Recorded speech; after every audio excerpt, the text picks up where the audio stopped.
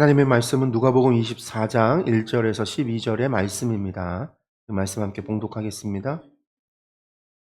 안식 후 첫날 새벽에 이 여자들이 그 준비한 향품을 가지고 무덤에 가서 돌이 무덤에서 굴려 옮겨진 것을 보고 들어가니 주 예수의 시체가 보이지 아니하더라.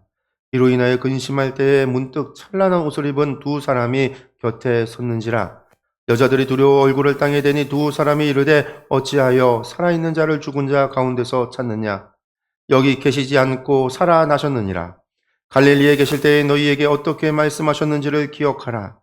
이르시기를 인자가 죄인의 손에 넘겨져 십자가에 못 박히고 제3일에 다시 살아나야 하리라 하셨느니라 한데, 그들이 예수의 말씀을 기억하고 무덤에서 돌아가 이 모든 것을 11 사도와 다른 모든 이에게 알리니, 이 여자들은 막달라 마리아와 요한나와 야고보의 모친 마리아라. 또 그들과 함께한 다른 여자들도 이것을 사도들에게 알리니라. 사도들은 그들의 말이 허탄한 듯이 들려 믿지 아니하나 베드로는 일어나 무덤에 달려가서 굽으려 들여다보니 세마포만 보이는지라. 그 된 일을 놀랍게 여기며 집으로 돌아가니라. 아멘. 네, 오늘이 부활절인데 오늘 말씀이 또 딱 주님의 부활에 관한 본문 말씀입니다. 안식 후 첫날 빈 무덤이라는 제목으로 우리 한번 말씀 함께 나눠보겠습니다. 이 내용을 보시면은요, 전도자의 총찰대로 죽음은 모든 노력과 가치를 무로 돌리는 가장 헛된 일입니다. 누구도 죽음을 피할 수 없기에 많은 사람이 죽음을 자기 생의 마지막 상태로 알고 살아갑니다. 그 허물을 극복하기 위해 기껏 하는 일이 자기 무덤을 크고 화려하게 꾸미는 것입니다. 전 세계에 분포되어 있는 권력자들의 웅장한 무덤 유적들이 그 예입니다. 그러나 그리스도인은 다릅니다. 죽음에 갇혀 있지 않고 영원한 생명을 누립니다. 이 변화를 확신할 수 있는 근거가 바로 예수님의 빈 무덤입니다. 흔히 알다시피 죽은 자들의 무덤이 결국은 자신들의 죽음에 대한 두려움과 미래에 대한 공포, 허무가 무덤으로 나타난다. 그런 얘기인데, 피라미드가 보면 큰 무덤, 또 중국에 가면 서안에 진시황릉이라고 하는 큰 무덤이 산 같아서 무덤인 줄 몰랐다가 나중에 이제 알게 된 거죠. 진시황릉도 있고 그런 무덤들이 있고, 오늘날에도요, 부자들이 죽으면 아주 묘를 크게 써요. 화려하게 쓰고 크게 쓰기도 합니다. 그러나 우리 예수님의 무덤은 빈 무덤이었다라는 것. 또 이스라엘에 있어서 유대인들은요, 제가 한번 여러 번 성경 공부 때 얘기했지만 죽으면 가족묘를 쓴다고 그랬잖아요. 무덤이 가족묘가 있어서 대대로 이제 굴이 있고 굴에는 침상을 만들어 놔서 죽은 시체를 그 침상 위에다가 놔둬요.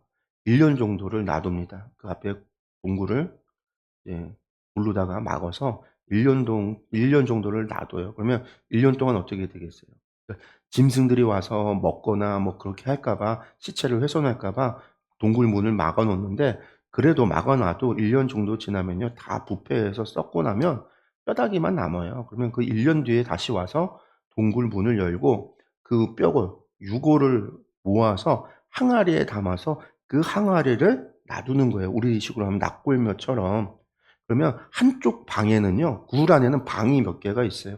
시체를 놔두는 거, 이렇게 시체를 부패하도록 내비두는 곳도 있고, 한쪽 방에는 그런 항아리들을 모아놓는 방이 있어요. 그래서 그곳이 가족 대대로 이게 묘를 쓰는 거예요.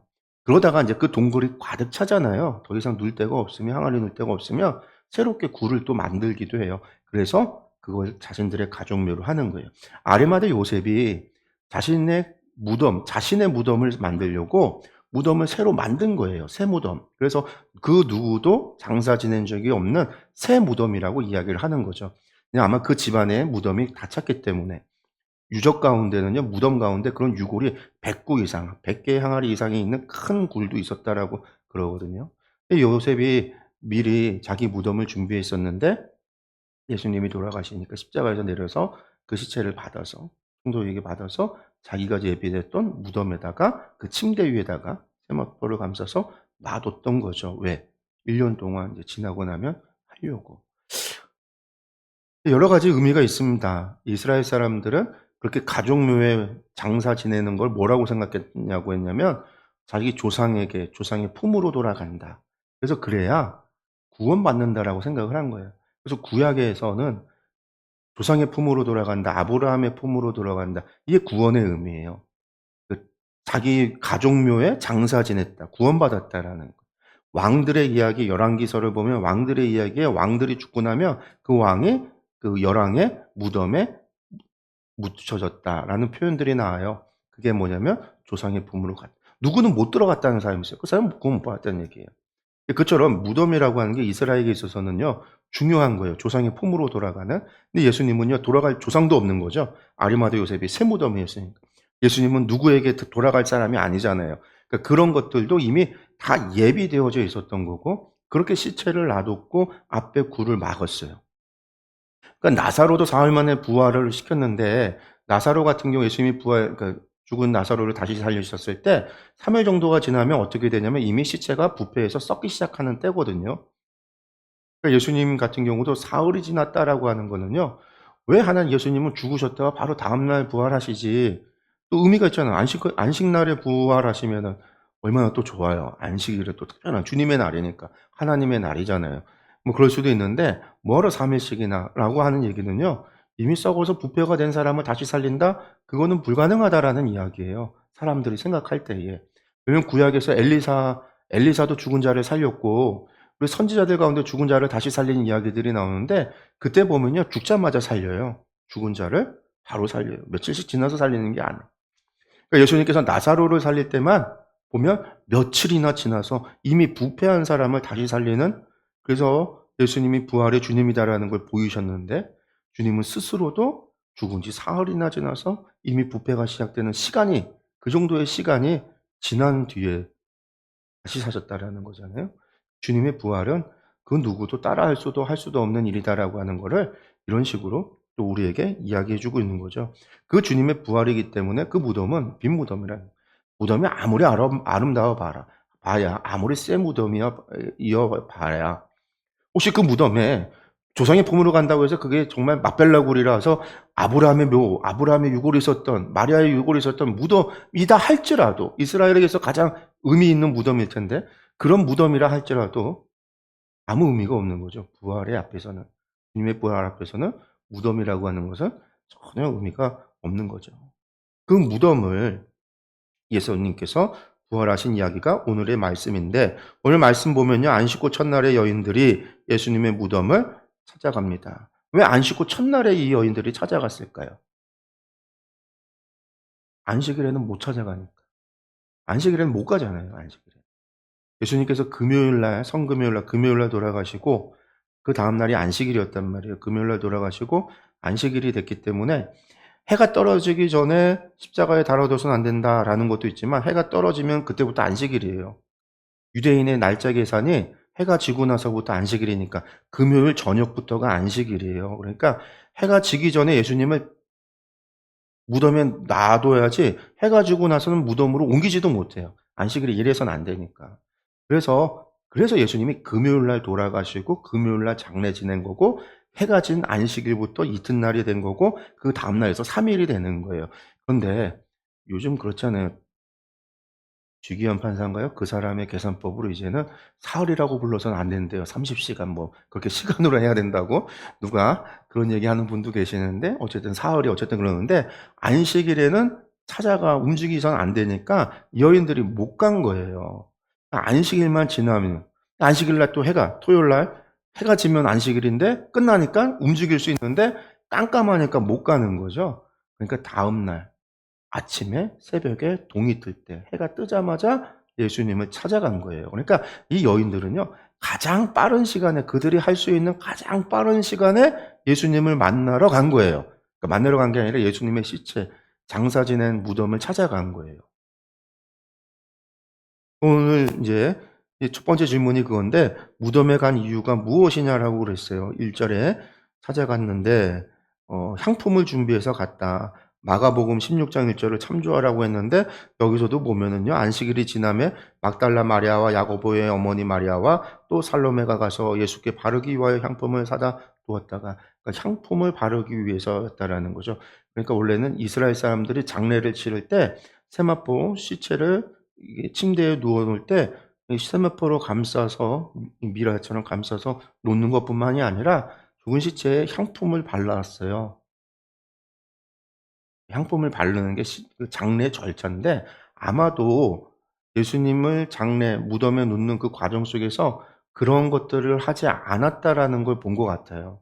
상품을 바르지 않고 세마포만 입혀서 놓는 거. 그러니까 이 여인들이 예수님의 장례가 너무 안타까워서, 그들의 마음은 그거예요. 예수님이 돌아가셔서 저렇게 돌아가신 것도 억울한데 안타까운데 그 장례조차 향품조차 바르지 못하고, 왜냐면 죽어서 무덤에 들어간다는 것 자체가 아까도 얘기했지만 구원과 연결되잖아요. 조상의 품으로 돌아간다는. 근데 자신의 조상에도 돌아가지 못했어요. 가족묘에도 들어가지 못했고, 그러니까 어쩌면 내 고향에서 죽지 않고 다른 데서 죽으면은요, 1년 뒤에 유골을 모아서 자기 고향의 가족들 묘에까지 안장을 시켜요.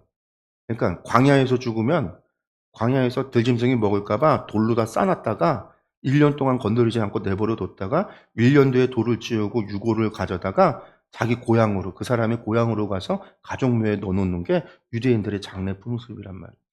그러니까 예수님의 장례의 모습이 이 여인들의 입장에선 너무 안타깝고 너무 슬픈 일인 거예요. 그러니까 어떻게든 그 장례를 잘 하기 위해서 향품을 바르려고 준비를 한 거예요. 그 과정이 빠먹었으니까 자신들이라도 가장 빠른 시간에 가장 할 수 있는 시간, 바로 그 시간이 안식구 첫날이었던 거죠.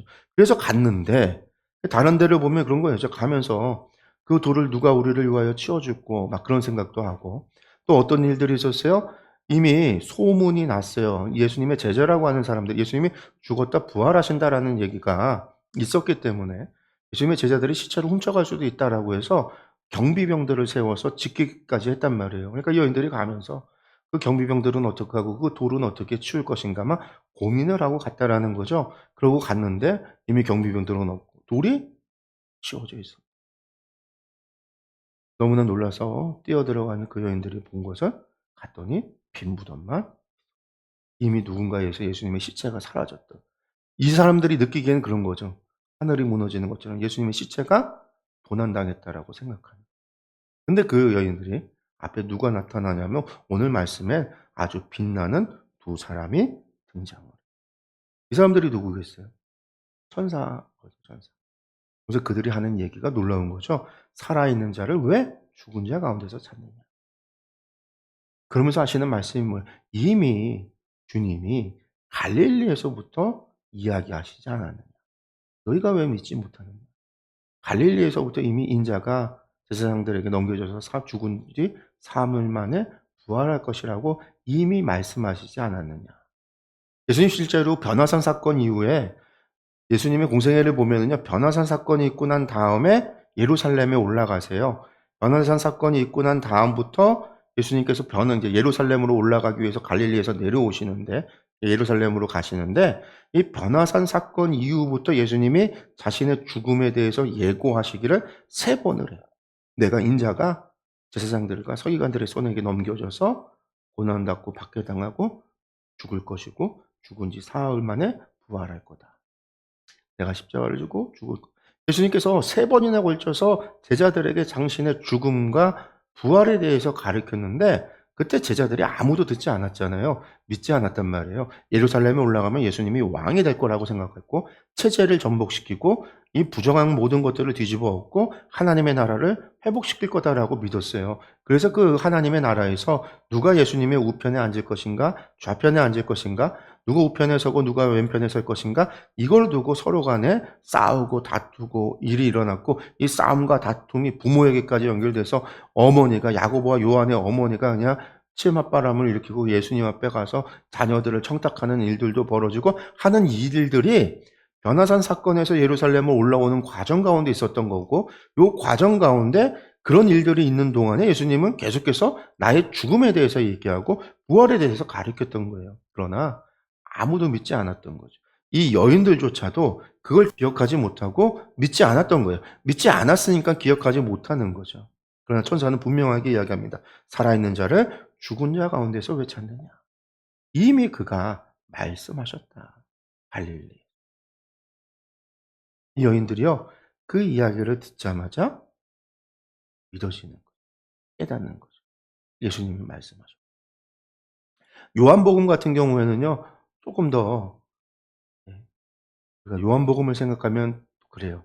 뭐가 있냐면 예수님이 "내가 너희를 떠나는 것이 너희에게 좋나니 내가 떠나면 보혜사를 보내 주시겠다." 물론 그 보혜사는 오순절 사건을 통해서 임하시긴 하지만 우리가 성령님의 역사가 하나님의 말씀을 생각나게 하시고 깨닫게 하시는 거라고 그랬거든요. 성령님이 우리 가운데 사시는 일이 이적과 기사를 행하는 것 그게 아니라 그거는 부차적인 거고 이적과 기사는요 우리의 믿음을 위해서 깨닫게 하기 위해서 표적으로서 주어지는 거지 그게 목적이 아니라 그러면 표적으로서 주어지는 그 표적의 목적은 뭐냐면 우리가 깨닫고 우리가 믿게 하도록. 성령님의 역사는요. 우리가 깨닫고 믿게 하는 거예요. 깨닫게 하는 거예요. 어떠한 사실을. 어떤 것이 기억나고 생각나고 그래서 성령님이 우리에게 끊임없이 생각을 주시거든요. 말씀이 생각나게 하고 설교의 메시지가 생각이 나게 하고 우리의 잘못이 생각나게 하고 이것을 토대로 반성하게 하고 회개하게 하고 순종하게 하고 행동하게 하고 하나님을 믿게 만드는 거 이게 성령님이 우리에게 행하시는 생각이에요. 가장 큰 역사고 성령님이 주로 하시는 우리 가운데 계시면서 하시는 그러니까 믿어지는 거죠. 이것도 성령님의 역사죠. 천사를 통해서 그런 놀라운 이야기를 듣고 옛 말씀이 기억나고 깨달아지고 믿어지는. 이것을 믿었기 때문에 이 여인들은 어떻게 돼요? 이 뒤에 제자들에게 쫓아가서 빈 무덤을 이야기하면서 무엇을 얘기해요? 예수님이 부활하셨음을 얘기하잖아요. 부활의 첫 증인이 되잖아요. 그들이 왜 부활을 증언했을까요? 믿었으니까. 사실이 믿어졌기 때문에. 우리 나눔을 보시면요. 그리스도인의 신앙생활은 예수님의 죽음을 애도하는 데서 멈추지 않고 부활하신 주님과 함께 참 생명과 자유를 누리는 것입니다. 죽음을 이기신 예수님의 부활이 내 삶에 어떤 변혁을 일으켰고 또 일으키고 있는지 나눠봅시다. 어떤 변화가 일어나셨나요, 여러분들? 변화가 있어야 됩니다. 그래야지 누군가에게 우리가 전도를 해도 예수님 믿으니까 뭐가 좋은지를 얘기할 거 아니에요? 뭐가 좋은지. 내가 예수님 믿고 뭐가 변화되어진지를 또 이야기해야 되는 것이고, 내 삶에 있어서. 그래서 저는 예수님 믿고 만나고, 사실 저는 어려서부터 제가 한 2살 때 저희 어머니가 이제 교회를 나가기 시작해서 그전까지 교회를 안 나갔는데, 저희 집이 그러니까 모태신앙은 아니지만, 2살 때부터 교회를 다녔으니까 거의 모태신앙과도 같죠. 교회를 다니면서 저는요, 아기 때부터 저는 목사가 되겠다라고 이야기를 했어요. 목사가 되겠다. 그냥 입에서 늘 목사가 되겠다고 그러긴 했지만 제가 목사가 되겠다고 했고요. 제가 초등학교 6학년 때 뇌막염에 걸려서 병원에 입원했을 때 죽다 살았거든요. 근데 그때 제가 인제 감리교 신학대학교를 가겠다고 했고요. 어려서 목사를 하겠다. 제가 초등학교 6학년 때.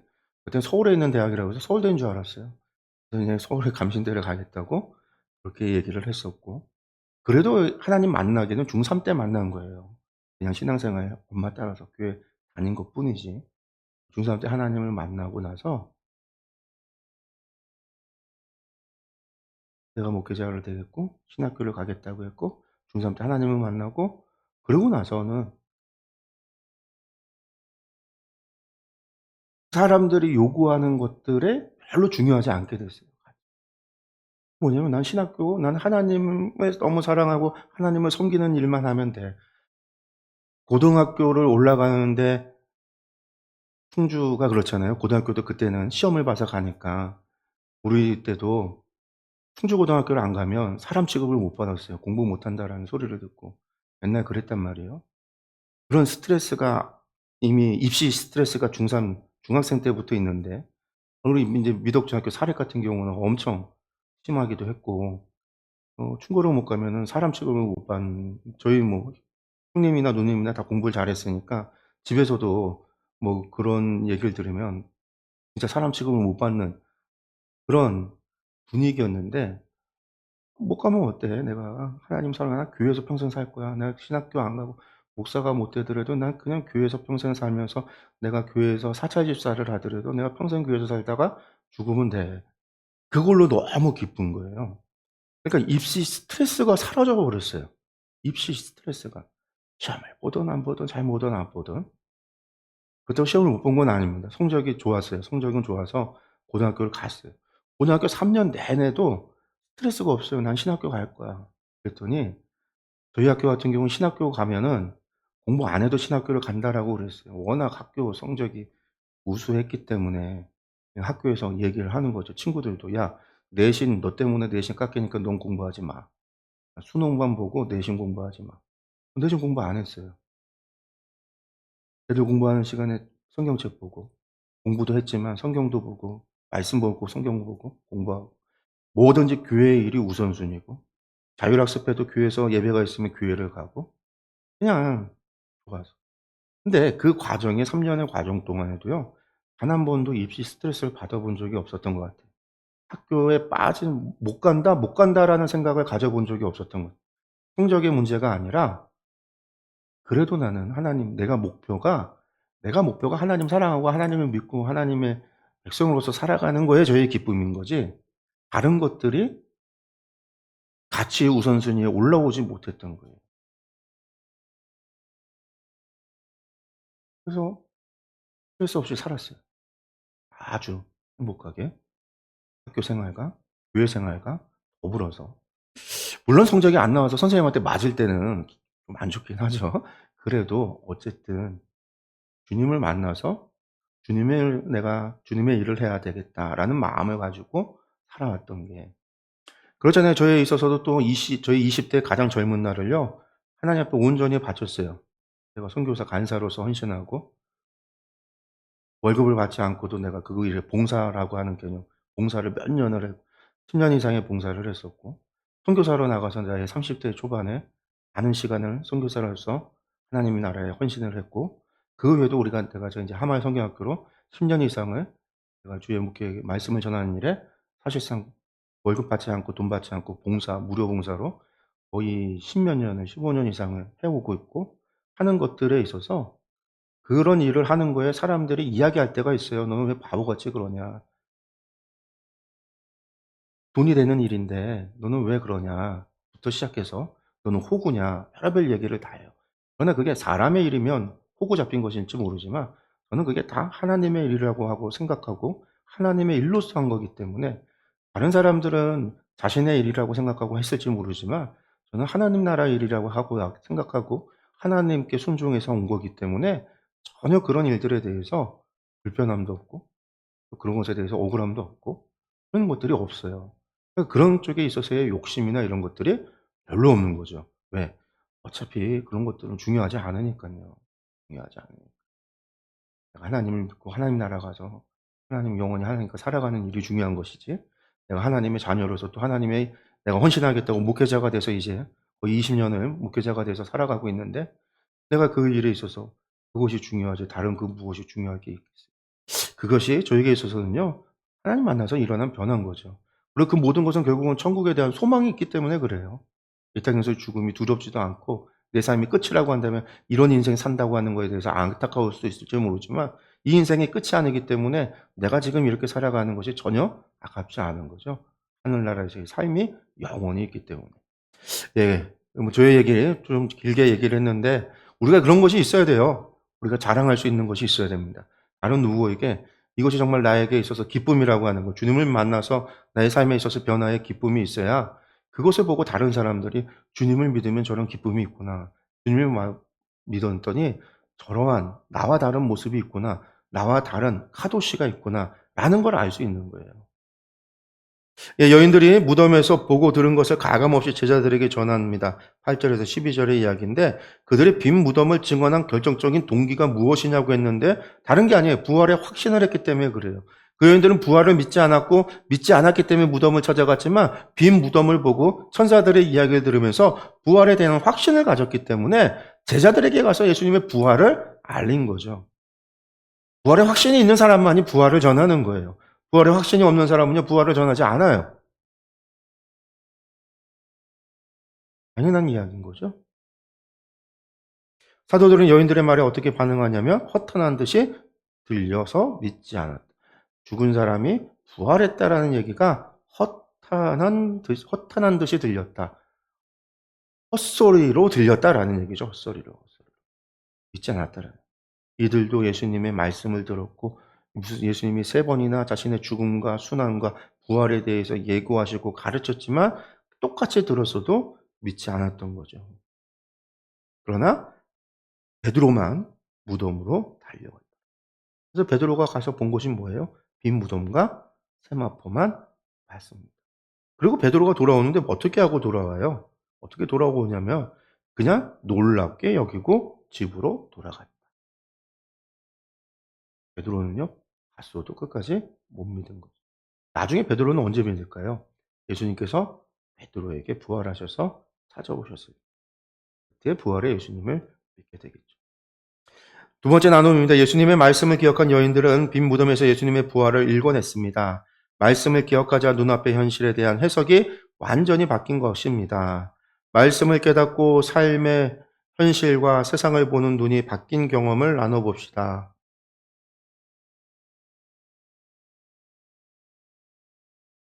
제가 늘 얘기하는 거예요. 세상을 보는 안경을 세계관이라고 얘기하는데 이 세계관이 믿음이거든요. 내가 무엇을 믿느냐에 따라서 세상을 이해하고 세상을 보는 나의 안경이 렌즈가 바뀌어요.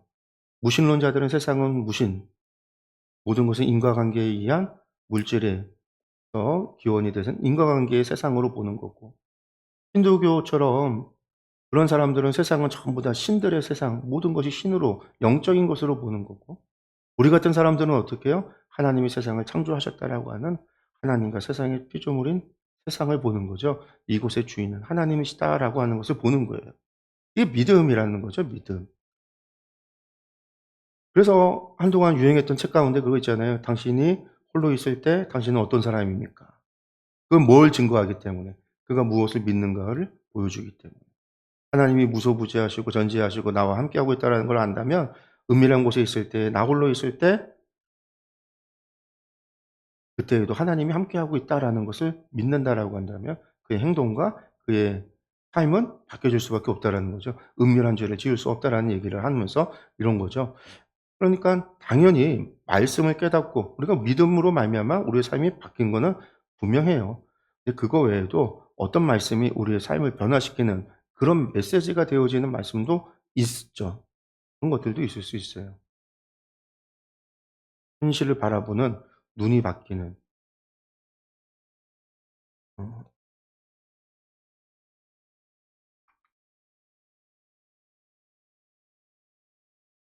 어떤 것이 있을까요? 여러분들 어떤 것이 있으세요? 물어보면은 대답 아무도 안 하시고.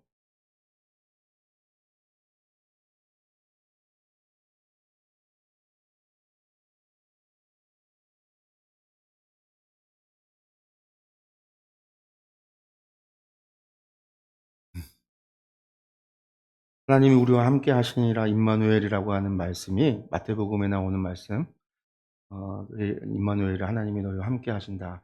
제가 어려서 제일 처음 암송했던 요절이에요. 그래서 이 말씀이 그러니까 교회에서 암송시켰어요. 교회에서 무슨 행사 때 제가 2학년 때인가 초등학교 1 학년인가 2 학년 때 저희 반이 전부 다 이거 암송을 해서 그걸 앞에 나가서 암송을 해서 제가 처음 암송했던 말씀이거든요. 처음 했던 암송. 그리고 두 번째 암송이 시편 23 편이었어요. 주는 날에 기르시는 목자. 제가 워낙 좋아했던 말씀이기 때문에. 근데 임마누엘이라고 하는 게 하나님이 우리와 함께 하신다라고 하는 걸 가장 어려서부터 암송해서 저한테 아주 인이 박혀 있는 말씀이에요. 근데 정말 하나님이 나와 함께 하는가? 여러분들 이것에 대한 믿음이 별로 없잖아요. 그렇게 인식하고 살아가지 못하잖아요. 제가 군대 가기 전에 되게 아팠거든요. 발이 아파서 걷지도 못하고 서지지도 못하고 하루 종일 누워 있고 그래서 저는 군대 갔다가 의과사 제대하고 올 줄 알았어요. 그래서 군대 가면서 원래 3일 있다가 훈련을 가는데 3일 신체 검사하고 뭐 하는 입영소에서 그런 걸 하는데 제가 목요일 날 들어가면서 "야 나 교회 친구들한테 나 갔다가 나 3일 만에 나올 거니까 주일 날 예배 드릴 때 나 중3 층에 있을 테니까 나 찾아봐." 그러고 갔어요. 그런데 웬걸 갔는데 안 되더라고요. 의과사를 안 시켜 줘요. 그때 왜 그랬냐면 그 거기다 제가 이제 평발도 있고 얘네 평발이 군대를 안 갔는데 근데 그때만 해도 제가 군대 갈 때만 해도요. 평발들이 군대 면제가 인제 안 됐었어요. 안 되게 됐고. 뭐 누가 평발로 마라톤을 했나 막 그래 갖고 이제 안 되는 거예요. 이제 아픈 것도 안 되고 평발도 안 되고 그냥 군대에 들어가야 된다. 그래서 '내가 인제부터 군 생활을 어떻게 해야 되냐. 이렇게 몸이 안 좋은데 난 살아야 돼. 그래서 열심히 해야 돼.' 막 그런 생각을 가지고 있었거든요. 근데 그날 밤에 주신 이게 생각나는 말씀이었어요. "내가 너와 함께하겠다." 내가 암송했던. 그러고 나니깐요. 바뀐 거예요 뭐가. 뭐가 바뀌었냐면요. 내가 있는 곳이 제일 좋은 곳이에요. 훈련 받는데 29 연대에 있었는데 훈련 받을 때도요. 내 있는 동기들한테 "니들은 나 때문에 니들이 좋은 데 있는 줄 알아. 왜? 하나님이 나와 함께 하는데 내가 있는 곳이 제일 좋은데."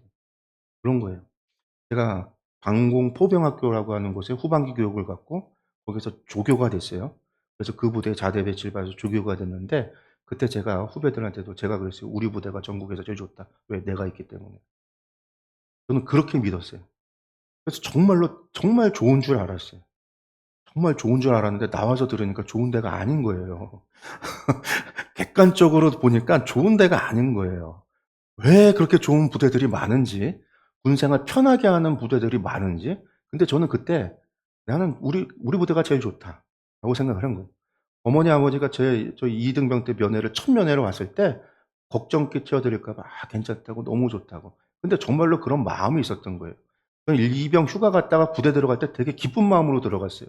정말 부대 가는 게 왜 이렇게 좋은지 미친놈인 거죠. 근데 들어가면서 사고를 쳐 갖고서는 그날부터 막 불려가서 혼났는데 어쨌든 근데 그랬던 부대인데 그런 부대에서 자살 사건도 있었고요. 제 동기는 하도 맞아서 정신병에 걸려서 실려가기도 했고요. 그런데 저는 그러고 있었다고요. 왜 그랬냐면 임마누엘 하나님이 나와 함께하는 정말 그렇게 생각하고 그렇게 군 생활을 했어요. 그래서 제가 제대하고 나서 부대 찾아갔어요 또. 보통은요 제대하고 그쪽을 쳐다보지도 않는다고 그러거든요. 오줌도 안 싼다고 그러는데. 저는요 찾아갔어요. 조치원으로 부대가 옮겼는데 옮겨서 조치원까지 찾아가고요. 그 부대 애들 제 후임이었던 애들이 휴가 나오면 충주에 저를 찾아오고 밥 사주고 제가 막 그랬거든요.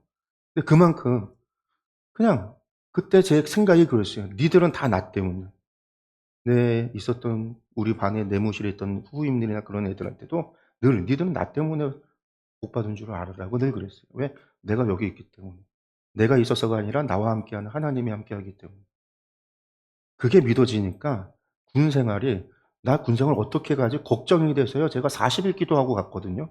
군대 가기 전에 40일 작전 기도했어요. 영시 기도를 밤 12 시에. 그리고 가기 전에는 3일 금식까지 하고 그러고도 의가사 제대를 못 받아 갖고서는 돌아올 줄 알았는데. 근데 생각이 바뀌니깐요. 군 생활 내내 아픈 적이 없었어요. 가기 전에 그렇게 몸 아팠던 몸이요. 전혀 안 한 29 년대 훈련 받으면서부터 한 번도 아프지 않아요. 모든 훈련에 열애 받아 본 적이 없어요. 행군이건 각계건 뭐든 간에 열애 받아 본 적이 없어요. 모든 훈련을 다 했어요. 거의 FM대로. 하도 군 생활을 잘하니까 훈련소에서도 "너 하사로 말뚝 박으라." 그러고 자대에서도 하사로 말뚝 박으라고. 말뚝 박으라는 얘기를 끝까지 제대할 때까지 들었어요. 군 생활을 하도 잘한다고 그래서.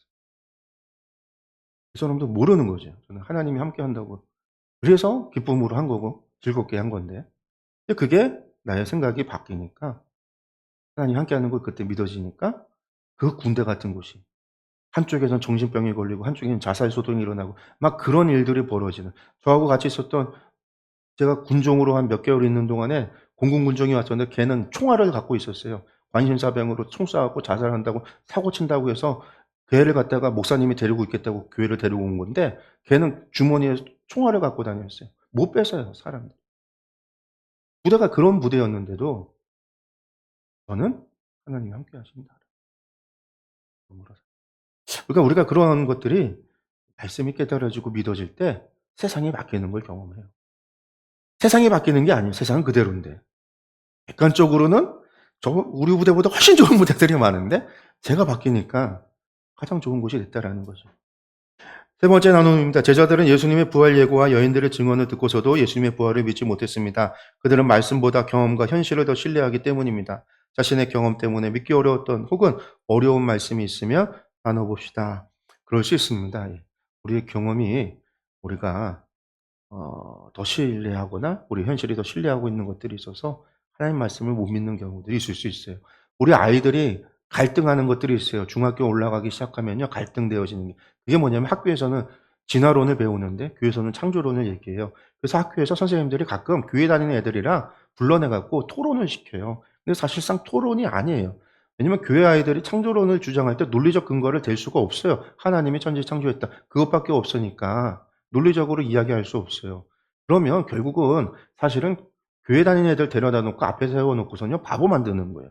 저도 경험이 있거든요. 제가 고등학교 때 우리 과학 선생님이 불러내 갖고 저하고 교회 다녔던 그 목사님 아들이 하나 있었어요. 사무엘이라고. 걔하고 저하고 불러내 갖고 그 그러니까 창조론과 진화론 토론을 하자고 불러내서 이야기를. 사실상 원숭이 만들고 바보 만드는 거였어요. 지금 생각해 보면은요. 안 돼요. 왜냐하면 아이들한테 뭐 그것을 논리적으로 이야기하고 할 수 있는 것들이 없어요. 그런 걸 뭐 공부하고 배우는 것도 아니고 학교에서는 다 진화론을 배우는데. 그렇게 배우고 나서 커가는 사람들이 그런 사람들한테 우리 젊은이들한테 미래 세대 애들한테 교회의 이야기가 잘 안 들어가요. 창조론의 이야기나 창조의 이야기가 잘 안 들어가요. 비과학적이고 미신이고 그것은 그냥 신앙에 대한 것이지 과학적이지 않다라는 건 이미 그것은 사실이 아니다라고 하는 전제를 깔고 가는 거기 때문에 그래서 어렵습니다. 어려운 것이 있어요. 점점점 더 그래요. 그래서 학교 공부와 교회 신앙 이런 것들을 좀 잘 해결할 수 있는 지혜가 필요한 시대이기도 합니다. 예 이런 것들이 좀 위해서도 우리가 기도를 해야 되고요. 우리의 경험을 넘어선다라는 것 우리는 이것을 깨달아야 됩니다. 하나님은 우리의 경험 안에 가둬 놓을 수도 없고요. 우리 지식 안에 하나님 가둬 놓을 수도 없어요. 하나님은 우리 지식 너머에 우리 경험 너머에 우리가 알지 못하는 우리가 재단할 수 없는 그 너머에 계신 분이 하나님이시잖아요. 하나님의 역사와 일을 우리는 함부로 우리의 경험 안에서 우리의 지식 안에서 재단해서는 안 된다. 일단 그 정도로만 말씀 나누도록 하겠습니다. 부활이라고 하는 것이 그래요. 죽은 자가 다시 살아났다. 어떻게 믿겠어요? 어떻게 과학적으로 설명하겠어요? 아무도 경험해 보지 못했기 때문에.